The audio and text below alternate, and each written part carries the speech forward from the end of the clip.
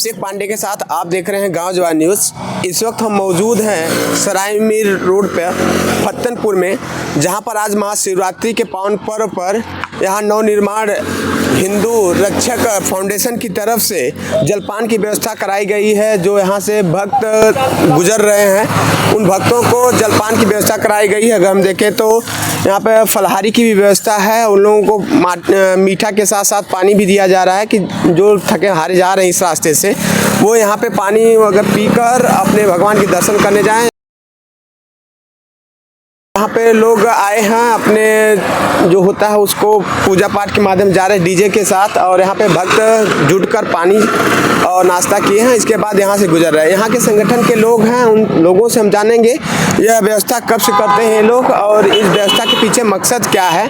उन सब की जानकारी हम यहाँ के स्थानीय जो लोग हैं यहाँ पे इस संगठन के माध्यम से जो लोग जुड़े हुए हैं उनसे हम जानना चाहेंगे। यहाँ पे संगठन के लोग हैं, हम उनसे जानना चाहेंगे। क्या शुभ नाम है आपका? राजकुमार सोनी। राजकुमार जी, ये व्यवस्था कब से कर रहे हैं और आपका फाउंडेशन ये व्यवस्था कैसे कर रहा है? हम लोग नवनिर्माण हिंदू रक्षा फाउंडेशन से जुड़े हैं जी, और संगठन नगर मंत्री हैं। अच्छा, और ये कार्य हम लोग इस साल नया किए हैं। आप ये संगठन में जलपान की व्यवस्था यहाँ पे किए हुए हैं, तो इस जलपान के क्या महत्व है? आप लोग जलपान की व्यवस्था क्यों किए हैं? यहाँ कांवर वाले जाते हैं, हमारे यहाँ दुर्वासा धाम है जी, और वहाँ से लोग आते हैं, तो यहाँ हम लोग छोटी सी एक व्यवस्था करते हैं कि कम से कम भक्त लोग आते हैं तो उनके लिए पानी कुछ नाश्ता का प्रबंध किया जाए। अच्छा, तो उस नाश्ता पानी के लिए जो भक्त इधर से गुजरे ताकि आपके यहाँ आके यहाँ नाश्ता पानी कर लें, और इसके पीछे क्या मकसद रहता है? लोग जैसे अभी आप बात कर रहे थे कि हम हिंदू राष्ट्र या हिंदुओं को जगाने का प्रयास कर रहे हैं। जी, हम लोग उससे क्या मकसद है आपका? हिंदू को जगाने का मकसद क्या है? हमारे हिंदू जो भटक चुके हैं, हम उनको सोचते हैं कि वो अब जागें, क्योंकि हिंदू को जगाना बहुत जरूरी है। अच्छा जी, जय श्री राम, जय श्री राम। हिंदू को जय जगाने, श्री राम, जय श्री राम। हिंदू को आप जगाना चाहते हैं, हिंदू को किस बेस पे जगाना चाहते हैं? उनको उत्थान के भरोसे या किसी और मकसद से जगाना चाहते हैं? नहीं, उत्थान के भरोसे। अच्छा, हाँ, कि वो आगे चलकर एकदम सफल रहें, अपने पे निर्भर रहें। अच्छा, सफलता के लिए हिंदुओं को क्या करना चाहिए? अब अपना पहले धर्म बचाएं। अच्छा, हाँ, धर्म से रोजी रोटी नहीं चलती है, इसके बारे में क्या कहते हैं आप? उनको रोजी रोटी के साथ धर्म कैसे बचाएं? कुछ जानकारी बताएं इसके बारे में। और रोजी रोटी के लिए तो रोजगार बहुत ज़रूरी है।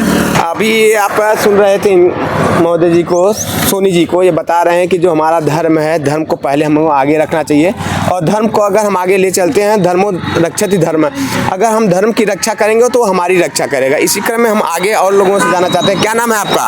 हमारा नाम अनिल राय। अच्छा, अनिल राय। अच्छा, और जिसे आप जो प्रश्न रखे हैं जी, उसके लिए मैं कहना चाहूँगा जी कि मेरे सनातन के आधार स्तंभ माननीय योगी आदित्यनाथ जी ने जो एक नारा दिया कि बंटोगे तो कटोगे जी, इसका मूल कारण ये था कि हमारा जो हिंदू समाज था ये पूर्ववर्ती राजनीतिक पार्टियों के चक्कर में जातिवाद में बटा हुआ था। अच्छा, ये अपने को पहचान नहीं पा रहा था कि मैं हिंदू हूँ तो हिंदू होने का महत्व क्या है जी।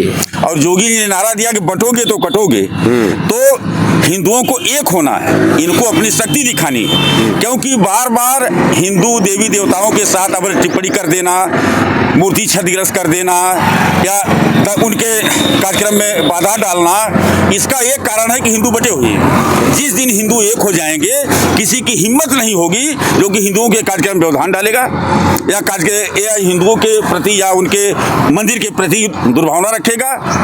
और साथ साथ जो आपने एक प्रश्न किया है कि धर्म से रोजी रोटी नहीं चलती है, तो रोजी रोटी के लिए कर्म करना एक अनिवार्य अंग है जी, और रोजी रोटी के साथ साथ धर्म की रक्षा करना भी एक अनिवार्य है। अच्छा, तो रोजी रोटी लोग तो कर ही रहे हैं, कमा रहे हैं, खा रहे हैं। धर्म से जो अलग हो गए हैं या धर्म में उनकी रुचि नहीं है, हमारे संगठन का कार्य है कि उनके अंदर हम धर्म के प्रति आस्था को बढ़ाएं।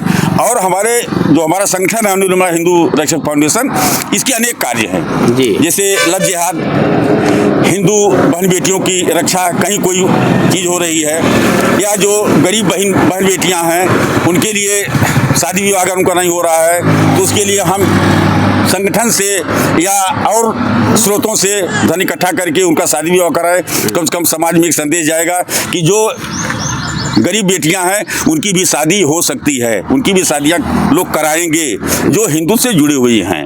जैसे हमारे कहने का मतलब जो आपने कहा कि धर्म से रोजी रोटी नहीं चलती, हमारे कहने का मतलब हम धर्म को लेकर अपनी रोजी रोटी कैसे बढ़ाएं। अभी सर ने बता रहे थे कि हमारे जीवन के लिए रोजी रोटी भी जरूरी है, धर्म के साथ रोजी रोटी कैसे चलाएं, मैं एक ताजा उदाहरण दे रहा हूँ कि अभी प्रयागराज में महाकुंभ का आयोजन हुआ है, कुंभ चल रहा है, और वहाँ तमाम लोगों ने ये बात उठाई कि क्या धर्म से रोजी रोटी चलती है। जैसे राम मंदिर का निर्माण हुआ जी,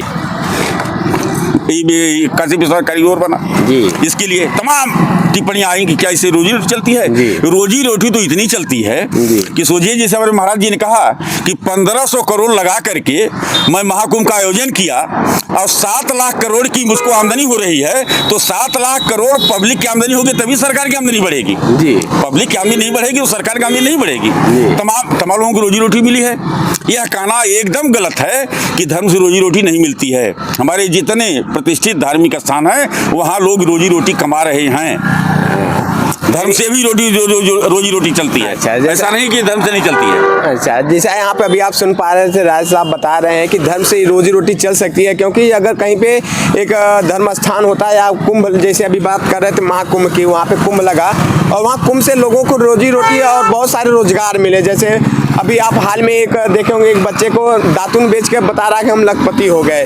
इस तरह के बहुत सारे मिलते हैं। आपका कहना का मतलब है कि अगर कहीं भी धर्म को जागृत किया जा रहा है, उससे कहीं न कहीं अनदर प्रकार के रोजगार सृजित होते हैं, जिससे लोगों ने कहा कि धर्म से रोजी रोटी नहीं मिलती है, लेकिन एक हमारा सनातन ही है जो कि अभी हमारे बाबा बागेश्वर जी और वहाँ बागेश्वर धाम में 300 करोड़ की लागत से कैंसर हॉस्पिटल का, मतलब कैंसर इंस्टीट्यूट का ये निर्माण कराने जा रहे हैं, जिसका शिलान्यास करने हमारे माननीय प्रधानमंत्री जी अभी हाल ही में गए हुए थे। तो ये बताइए कि और किसी धर्म में ऐसी व्यवस्था है जो कि समाज सेवा कर सके सिवाय सनातन के? अच्छा, आपका कहने का मतलब सनातन जो है समाज को लेके चलने का काम करता है और एक साथ मिलके करता है। अभी आप बागेश्वर धाम की बात कर रहे हैं, बागेश्वर धाम में आज एक अलग माहौल है। आज हमारी महामहिम भी पहुंच रही है वहाँ पे, 251 बेटियों का आज शादी होगा, तो उस पर आप क्या कहते हैं?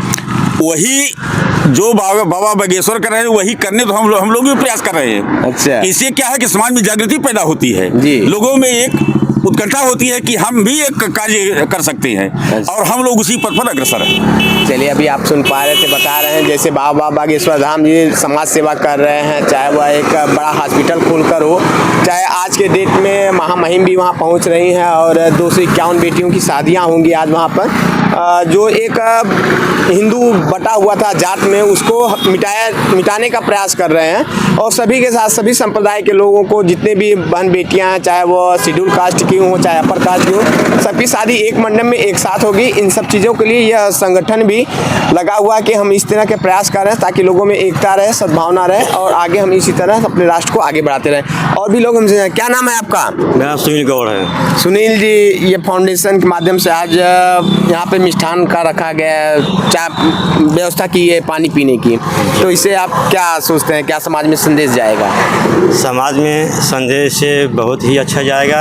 हम लोग हर साल महाशिवरात्रि के उपलक्ष्य में और सेवा के, पानी पिलाने के, जलपान के व्यवस्था हम लोग हर साल करते हैं। अच्छा, और हम लोग भगवान से भोलेनाथ की कृपा रहे कि हम लोग हर साल इसी तरह योग सेवा करते रहें। जय श्री राम, हर महादेव।